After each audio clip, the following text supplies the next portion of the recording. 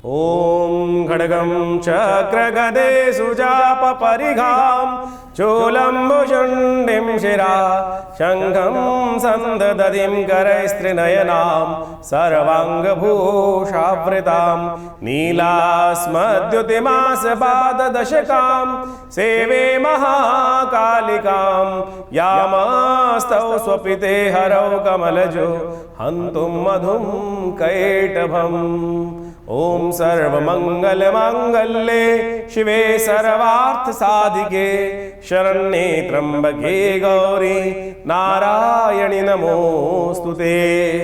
नमस्कार, स्वागत है आपका आचार्य वाणी के अंदर। मैं आचार्य डॉक्टर विक्रमादित्य आपका स्वागत करता हूं और हमारा ये चैनल लगातार आपके साथ जुड़ा रहता है और उसके साथ साथ हम भी आपके साथ जुड़े रहते हैं और आपको तिथि के हिसाब से ग्रह नक्षत्रों के दृष्टिकोण से जिस प्रकार के योग बन रहे हैं वो सब आपको अवगत कराते रहते हैं। 8 तारीख के यदि हम बात करें, मंगलवार का अवसर, पंचमी तिथि है और इस दिन ग्रह नक्षत्रों के दृष्टिकोण से योगा योग आपकी राशि के अनुसार से अनुकूल बनता दिखाई दे रहा है। जो पिछले समय में मेहनत हुई है उसका फल प्राप्त करने का रास्ता सुंदर रूप से बनता दिखाई दे रहा है, तो इसलिए कार्यों को जल्दी जल्दी निपटाने का आपको प्रयास करना चाहिए। मंगलवार का अवसर है, शक्ति को सृजित करके हनुमान जी की उपासना करते हुए यदि आप कार्य को सही रूप से निपटाने का प्रयास करेंगे तो बहुत जल्दी से सफलता और लाभ की सूचना आपको प्राप्त होने के सुंदर अवसर अवश्य प्राप्त होते दिखाई देंगे। 9 तारीख यदि हम बात करें, बुधवार का अवसर, उदया तिथि षष्ठी रहेगी इस दिन और ग्रहों का परिवर्तन का योग भी बन रहा है। इस दिन बृहस्पति महाराज वक्री हो रहे हैं और साथ साथ धनु राशि में चंद्रमा का प्रवेश भी हो रहा है। ये जो परिवर्तन है थोड़ा सा आपके लिए भारी दिखाई देता है, ध्यान रखना होगा आपको। थोड़ा सा कहीं ना कहीं अननेसेसरी की थोड़ी सी वरीज, थोड़ी सी जो कार्य आपने बड़ी हिम्मत करके किए हैं उसमें कहीं ना कहीं पूरी तरह से कहीं ना कहीं कुछ नुकसान होने के योग बनते दिखाई देंगे। स्वास्थ्य का भी थोड़ा ध्यान रखने की ज़रूरत दिखाई देती है। बृहस्पति वक्री है जो दिखाता है कहीं ना कहीं विचार जो है सब कुछ होते हुए भी थोड़ी सी नेगेटिविटी विचारों में आती दिखाई देगी, तो उसको ठीक करने का प्रयास आपको करना चाहिए। छठा नवरात्र का सुंदर अवसर है, माँ कात्यायनी का सुंदर आराधना करने का अवसर है। भगवती कात्यायनी का सुंदर आराधना यज्ञ करने का आप प्रयास करना चाहिए। भगवती के कात्यायनी स्वरूप वो स्वरूप है कि जो भी ये वो उपस्थित करता है कि जो भी भक्त माँ भगवती के सानिध्य में जाएगा और जो भी वरदान मांगने का प्रयास करेगा, माँ भगवती अवश्य अनन्य श्रद्धा भक्ति को उससे प्रसन्न होकर उसको वो वरदान स्वरूप देंगे। कहा जाता है कि कात्यायन ऋषि माँ भगवती के सानिध्य में उनको पुत्री के रूप में मांगने के लिए गए। माँ भगवती ने ये भी आशीर्वाद दिया कि जैसा तुम्हारी भक्ति है उसको पूर्ण करने के लिए अवश्य तुम्हारे घर में कन्या के रूप में उत्पन्न होंगी। तो कात्यायनी देवी इसीलिए उनका नाम पड़ा, जो कात्यायन ऋषि के घर में पुत्री के स्वरूप में जिन्होंने जन्म लिया। ये हमारी सुंदर संस्कृति है। सोचें कि आज हमारी संस्कृति पे जिस प्रकार का आरोप लगाया जाता है सनातन पद्धति में, तो यहाँ तो हम कन्या को भगवती स्वरूप मानते हैं।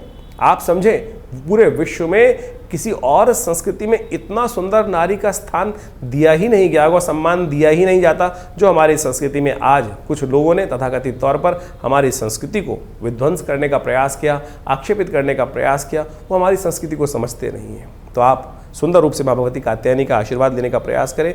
बृहस्पति वक्री हो रहा है, आने वाले कुछ महीने रहेगा, तो इसका ध्यान रखना पड़ेगा। इसमें मनोविचार में थोड़ी सी नेगेटिविटी उत्पन्न करने के योग बनाएगा और जो ग्रह योग वास्तविक तौर पर बने हुए हैं, ग्रहण पढ़ के चुके हैं, वो कहीं ना कहीं इसका नेगेटिव प्रभाव थोड़ा बढ़ा सकते हैं। और आपकी राशि के अनुसार से समझें कि 7.5 चल रही है, तो उपाय आपको लगातार करना पड़ेगा। माँ भगवती का सुंदर नवरात्रों का योग है। जितनी अनन्य श्रद्धा से आप उनका पूजन करेंगे, आराधना करेंगे, मंत्र हमने आपको बताया था, ओम ऐं ह्रीं क्लीं चामुंडायै विच्चे नमः, इसका जप कीजिए। माँ भगवती, माँ काली, महालक्ष्मी, तीनों, माँ सरस्वती, तीनों का बीज है इसके अंदर। ऐं यानी महाकाली, ह्रीं यानी महालक्ष्मी, क्लीं यानी महासरस्वती, तीनों के बीज हैं इसके अंदर और ये आपके समस्त रूप से रक्षा करने का योग बनाएगा। मंत्र ग्रह थोड़े भारी दिखाई देते हैं। 10 तारीख की यदि हम बात करें, बृहस्पतिवार का अवसर, सप्तमी तिथि विद्यमान है और उस दिन तुला में बुध का प्रवेश हो रहा है। शुक्र और बुध दोनों के दोनों आपकी राशि के अनुसार से यदि हम बात करें तो उस दिन जाके विराजमान हो जाएंगे दशम भाव के अंदर और ये थोड़ा सा आपके लिए कुछ अच्छा योग बनाएंगे।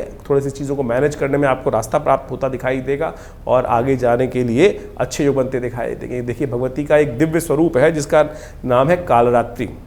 कष्टों को संहार करने वाले चंद्रमा अच्छे नहीं चल रहे हैं, कष्ट उत्पन्न करने के योग बना रहे हैं और भगवती कालरात्रि का वो स्वरूप है, यदि इसका जप कर लिया जाए, इनका मंत्र जप कर लिया जाए, इनका ध्यान कर लिया जाए, इनका पूजन कर लिया जाए, तो कहा जाता है कैसे ही कष्ट हो, कैसे ही शत्रु हो, कैसे ही बाधा हो, सब पर विजय प्राप्ति के योग बन जाते हैं। नवरात्र ये 9 दिन विशेष हैं माँ भगवती की आराधना करने के। आप यदि श्रद्धा के साथ इन 9 दिवसों में माँ भगवती की सुंदर आराधना करें, मनोकामना सिद्धि के योग अवश्य बनेंगे। नवरात्र का शुभ योग जिस प्रकार से बनकर तैयार है, नवरात्र के अंतर्गत माँ भगवती की सुंदर आराधना करने का अवसर होता है। और ये नवरात्र जो अश्विन मास में आते हैं शारदीय नवरात्र कहलाते हैं। और शारदीय नवरात्र समस्त मनोरथ सिद्ध करने के लिए अद्भुत रूप से कहा गया, शास्त्र में उनका व्याख्यान उपस्थित किया गया है। दुर्गा सप्तशती के 12वें अध्याय में कहा गया है कि शरद काल में जो नवरात्र आते हैं, देवी की उपासना करने का पर्व जो आता है, उसमें जो श्रद्धा के साथ भगवती के निमित्त मंत्र जप करते हैं, यज्ञ करते हैं, उनके निमित्त भक्ति भाव से उनके समस्त कर्मों को जिस प्रकार से शास्त्र में वर्णित है उनको करते हैं, तो उनकी मनोकामना सिद्धि के योग बन जाते हैं। और हमने विवेकानंद योगाश्रम में जिस प्रकार से सुंदर पूरे दुर्गा सप्तशती के 9 दिनों में, नवरात्रों के 9 दिनों तक पूरा सुंदर महायज्ञ का सुंदर आयोजन रहता है, सहस्त्र चंडी महायज्ञ का आयोजन रहता है और माँ भगवती के सानिध्य में रहता है। हमारे आश्रम में जो भगवती दुर्गा जी की जो श्री विग्रह उपस्थित है वो मुल्तान से आया हुआ। 1947 में मुल्तान से माँ भगवती का ये श्री विग्रह आश्रम में आया और उस वक्त एक मुल्तान से एक व्यक्ति ये मूर्ति जो बहुत विशाल मूर्ति है और वो लेकर आया और वो भगवती की मूर्ति आज हमारे विवेकानंद योगाश्रम दिल्ली लक्ष्मी नगर खुरेजी में स्थित विवेकानंद योगाश्रम में उपस्थित है, प्रतिष्ठित है।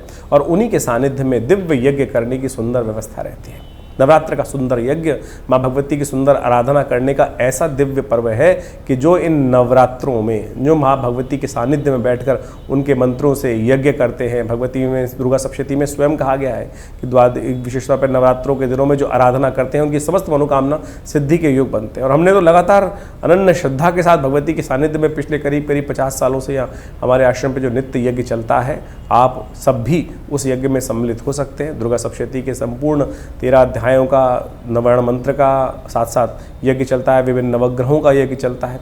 आप भी इस यज्ञ में सुंदर रूप से सम्मिलित हो सकते हैं। और इस बार नवरात्र का सुंदर योग जो बन रहा है वो विशेष तौर पर बहुत मनोकामनाओं को सिद्ध करने के लिए अनुकूल है।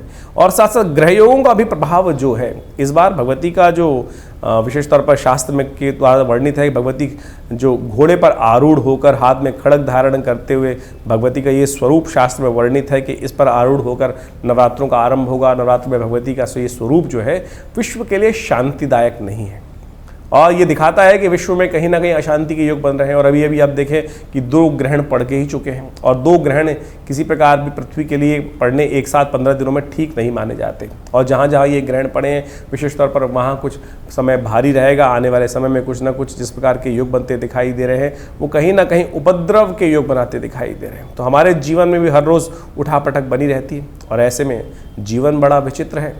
और ऐसे में जितना भगवान के सानिध्य में मंत्र जप करने का, प्रभु की आराधना करने का सुंदर अवसर मिल जाए, वो सदा मनोकामना कष्टों को दूर करने वाला होता है। और एक बात समझे, हम जीवन की आपाधापी में अपने आप को पता नहीं कहाँ कहाँ व्यस्त रखते हैं। कोशिश करें, आए थे हरि भजन को ओटन लगे कपास। ये बड़ी विचित्र स्थिति है संसार के अंदर कि हम सब भगवान के उस कार्य के लिए आए थे, संसार में आए थे हरि भजन को, और अपने जीवन में किस प्रकार से समस्त कार्यों को करते हैं और केवल भजन का कार्य ही भूल जाते हैं।